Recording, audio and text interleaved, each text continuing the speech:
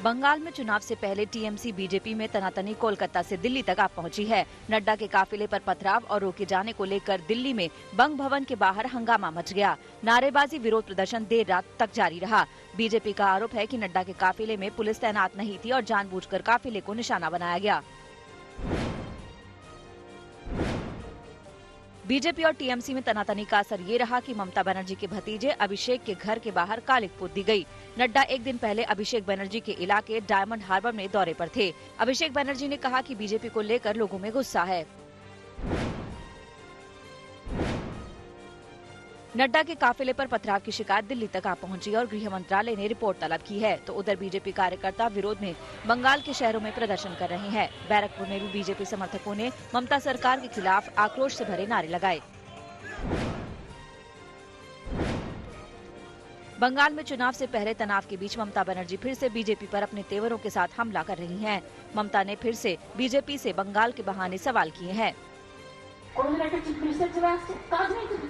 লোকের কাজ করে না, কোনদিন হোম মিনিস্টার চলে আসছে, কোনদিন ওই আরেকটা মিনিস্টার চলে আসছে, কোনদিন চারটা নাড্ডা ফাড্ডা ভাড্ডা গাড্ডা সব চলে আসছে এখানে।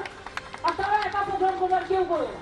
আর যেদিন তারা প্রোগ্রাম করবে লোক যদি না আসে তাহলে নিজে সাজিয়ে রাখবে, যাতে নতুনকি করে ন্যাশনাল নিউজে ভালো করে দেখায় দেখো আমরাই মেরেছি। আরে তোমার পেছনে 50টা গাড়ি কেন যায়? बंगाल की लड़ाई दिल्ली तक आ पहुंची है। आने वाले दिनों में बीजेपी ममता के चुनाव क्षेत्र भवानीपुर में बड़े पैमाने पर अभियान चलाने वाली है।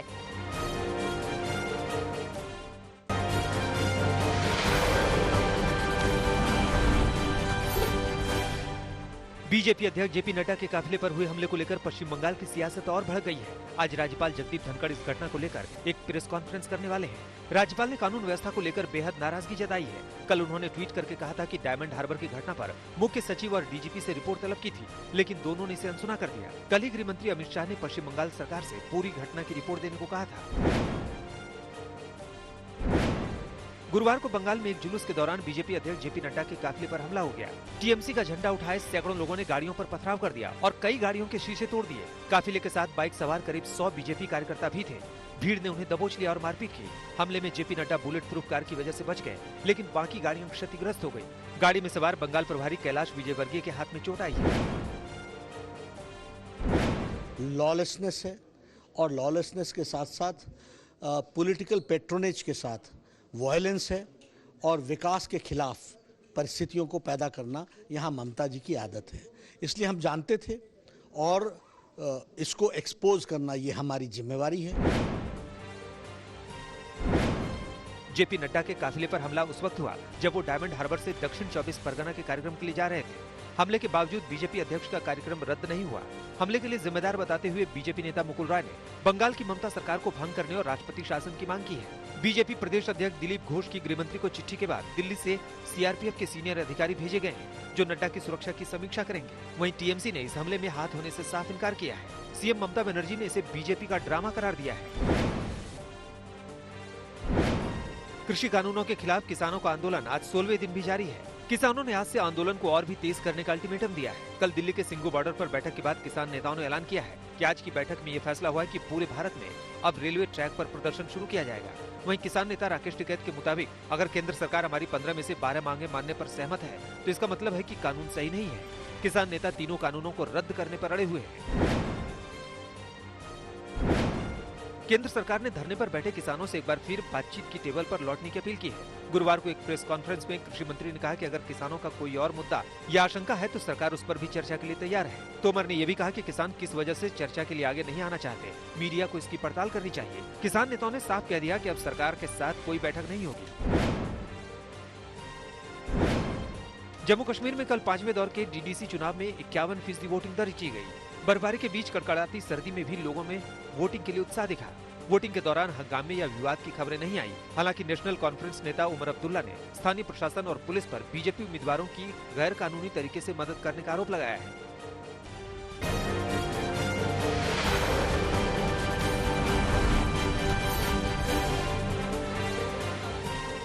चारा घोटाले में सजा याफ्ता आरजेडी अध्यक्ष लालू यादव के लिए आज का दिन काफी अहम है।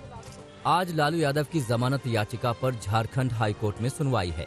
अगर लालू यादव को जमानत मिल जाती है तो उनके जेल से बाहर आने का रास्ता साफ हो जाएगा।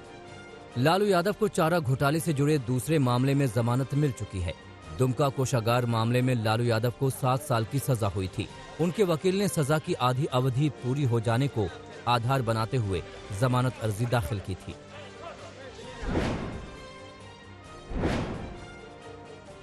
कोरोना वैक्सीन को लेकर गृह मंत्रालय की राज्यों के साथ बैठक हुई।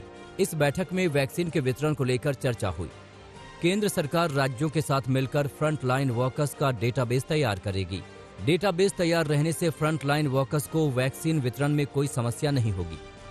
फ्रंट लाइन वर्कर की संख्या 2 करोड़ के करीब बताई जा रही है, जिसमें राज्य police, central police, armed forces, home guard, sanitation worker और सिविल डिफेंस जैसी सेवा देने वाले लोग शामिल होंगे।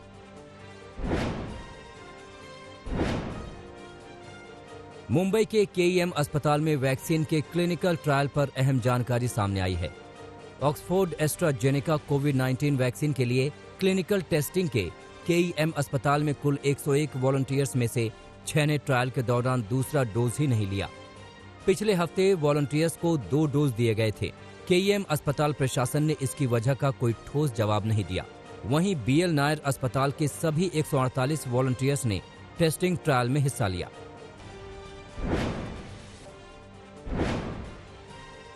दिल्ली में कोरोना के कुल मामले 6 लाख के पार हो गए हैं। हालांकि पहली बार 95% के पार रिकवरी रेट है। संक्रमण दर 3% से नीचे आ गया है। 24 घंटे में 1575 केस सामने आए हैं। अब तक 70 लाख से ज्यादा लोगों की टेस्टिंग हुई है। फिलहाल दिल्ली में 6430 कंटेनमेंट जोन हैं।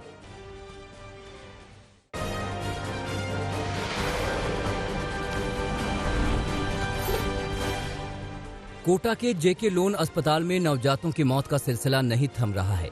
24 घंटे में 9 बच्चों की मौत हो गई है। बच्चों की मौत के बाद परिजनों ने जमकर हंगामा किया। मृतक बच्चों के परिवार वालों ने मेडिकल स्टाफ पर लापरवाही का आरोप लगाया है। इस मामले में सियासत भी शुरू हो गई है। बीजेपी युवा मोर्चा ने अस्पताल अधीक्षक को ज्ञापन देकर आंदोलन की चेतावनी दी है। बच्चों की मौत की खबर से स्वास्थ्य महकमे में हड़कंप मचा हुआ है। महाराष्ट्र के बुल्ढाना में ट्रिपल तलाक के तहत 3 लोगों पर केस दर्ज किया गया है। नए कानून के तहत केस दर्ज किया गया। पीड़िता ने कहा कि पति के एक महिला के साथ नाजायज संबंध थे। कई बार समझाने के बाद भी उसने संबंध बनाए रखे। पीड़िता ने इस बात की जानकारी अपने मायके वालों को दी। पुलिस ने पीड़िता की शिकायत पर केस दर्ज किया है। दरभंगा में 5 करोड़ की डकैती कांड में जांच के लिए सीआईडी के डीआईजी ने घटनास्थल का मुआयना किया। पुलिस ने अपराधियों को जल्द पकड़ने का दावा किया। कारोबारी से लूटे गए 5 करोड़ रुपए मामले में फिलहाल पुलिस के हाथ खाली हैं। घटनास्थल पर एफएसएल टीम को भी भेजा गया है। बिहार के हाजीपुर में किडनैपिंग की वारदात में अहम खुलासा हुआ है। पुलिस ने वारदात के 2 महीने बाद किडनैप किए गए बच्चों को बरामद कर लिया है। 2 महीने पहले 4 बेटियों के माता पिता ने बेटे को खरीदने के लिए किडनैपर से बड़ा सौदा किया था। बेटे को खरीदने के लिए अपहरणकर्ताओं ने 3 लाख में सौदा किया। अपहरणकर्ताओं ने 10 महीने के बच्चे को नालंदा के आरोपी दंपत्ति को बेचा था। इस मामले में पुलिस ने आरोपी दंपत्ति और अपहरणकर्ताओं को भी गिरफ्तार कर लिया है।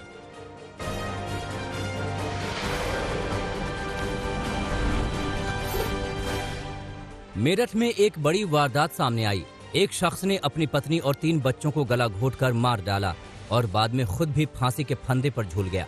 मृतकों में 1 महिला और 3 बच्चे शामिल हैं। पुलिस की माने तो मामला घरेलू विवाद का लग रहा है।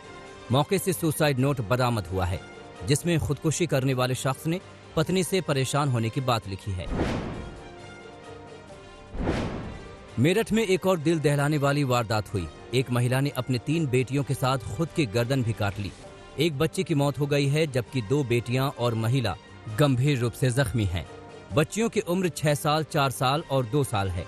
सबसे छोटी बच्ची की मौत हो चुकी है। हरियाणा के फतेहाबाद में एक किसान का बेरहम चेहरा सामने आया है। एक वीडियो वायरल हो रहा है, जिसमें किसान अपने 10 साल के बच्चे के दोनों हाथ बांधकर पिटाई करता दिखाई दे रहा है। वीडियो सामने आने के बाद पुलिस ने मामला दर्ज कर लिया है। ओडिशा के मयूरभंज में एक युवक को स्थानीय लोगों ने बीच सड़क पर पैंट उतारकर कान पकड़कर उठक बैठक कराया। दिलचस्प ये कि पुलिस मूक दर्शक बनी देखती रही। लोगों की माने तो मामला प्रेम प्रसंग का है। वीडियो वायरल होने के बाद पुलिस ने आरोपी को गिरफ्तार किया है। महाराष्ट्र के चंद्रपुर में लूटपाट को अंजाम देने वाली टोली के एक सदस्य को पुलिस ने गिरफ्तार किया है। आरोपी की तस्वीरें उस वक्त सीसीटीवी में कैद हो गई थी जब वो गाड़ी से पैसे से भरी बैग चुरा रहा था। पुलिस के मुताबिक ये टोली आंध्र प्रदेश के नेल्लूर जिले की है, जो हर साल दिसंबर महीने में पूरे महाराष्ट्र में लूटपाट को अंजाम देने आती है और क्रिसमस के ठीक पहले अपने गांव लौट जाती है।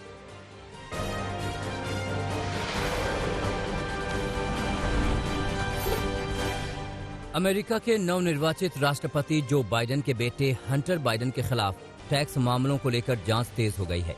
जांच को लेकर हंटर बाइडेन की सफाई आई है। हंटर बाइडेन ने कहा कि वो मामले को गंभीरता से ले रहे हैं। मुझे भरोसा है कि जांच में सच सामने आएगा। अमेरिका के विदेश मंत्री माइक पोम्पियो ने एक बार फिर चीन पर निशाना साधा है। माइक ने कहा, चीन के राष्ट्रपति शी जिनपिंग अपने देश को दुनिया की सबसे बड़ी ताकत बनाना चाहते हैं और इसलिए पूरी योजना बनाकर सैन्य शक्ति बढ़ाने में जुटे हैं। अमेरिकी सरकार और उसके 48 राज्यों ने फेसबुक के खिलाफ मुकदमा दर्ज कर दिया है। फेसबुक पर एकाधिकार स्थापित करने और छोटी छोटी कंपनियों को अपनी गलत नीतियों से समाप्त करने के गंभीर आरोप हैं। गुरुत्वाकर्षी तरंगों की खोज के लिए चीन ने 2 सैटेलाइट लॉन्च किए हैं। इससे पहले पृथ्वी की निगरानी के लिए चीन ने अर्थ ऑब्जर्वेशन सैटेलाइट गाओफेन 14 को लॉन्च किया था। ये सैटेलाइट दुनिया के किसी भी हिस्से में जमीनी वस्तुओं की हाई रेजोल्यूशन की तस्वीरें लेने में सक्षम है। अमेरिका में कोरोना के मामले कम होने का नाम नहीं ले रहे हैं। कोविड-19 के लिए फाइजर के टीके को अमेरिका में हरी झंडी पाने के लिए वैज्ञानिकों और विशेषज्ञों की एक टीम ने चर्चा की। अगर FDA टीके को मंजूरी दे देता है तो देश में इसे सुरक्षित और प्रभावी मानकर इसका उपयोग शुरू कर दिया जाएगा। दुनिया में कोरोना का कहर जारी है। कोरोना पीड़ितों का आंकड़ा 6 करोड़ 93 लाख के पार पहुंच गया है। महामारी में अब तक 15,77,000 से अधिक लोग जान गंवा चुके हैं। वहीं 4 करोड़ 80 लाख लोग ठीक हो चुके हैं। जापान की राजधानी टोक्यो में कोरोना थमने का नाम नहीं ले रहा है। टोक्यो में 24 घंटे में 600 से ज्यादा नए मामले दर्ज किए गए, जो अब तक का नया रिकॉर्ड है।